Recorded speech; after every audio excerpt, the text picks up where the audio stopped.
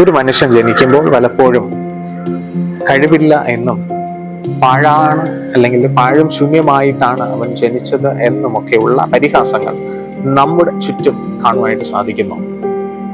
നമ്മുടെ ജീവിതത്തിലും നാം നോക്കുകയാണെങ്കിൽ അവിടെ നമുക്ക് പലർക്കും ഇത്തരത്തിലുള്ള പരിഹാസങ്ങൾ ഉണ്ടായേക്കാം.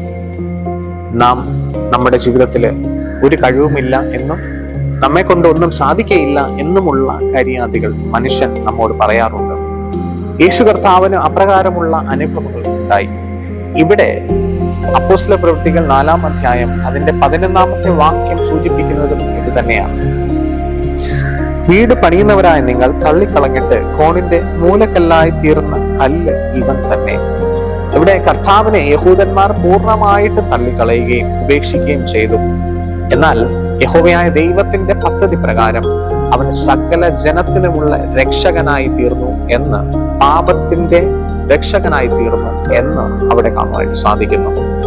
നമ്മുടെ ജീവിതത്തിലും ഇത്തരത്തിൽ ദൈവിക പദ്ധതി ഒളിഞ്ഞു കിടപ്പുണ്ട്.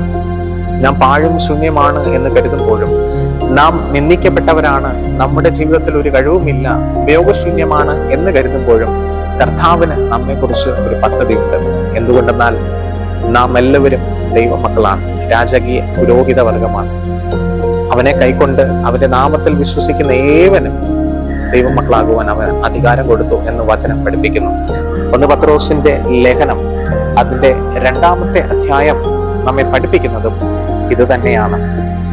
അത് ഇപ്രകാരമാണ്: നിങ്ങളോ അന്ധകാരത്തിൽ നിന്ന് തന്റെ അത്ഭുത പ്രകാശത്തിലേക്ക് നിങ്ങളെ വിളിച്ചവന്റെ സൽഗുണങ്ങളെ പോഷിപ്പാൻ തക്കവണ്ണം തിരഞ്ഞെടുക്കപ്പെട്ട ഒരു ജാതിയും രാജകീയ പുരോഹിത വർഗവും വിശുദ്ധ വംശവും സ്വന്തം ജനവും ആകുന്നു.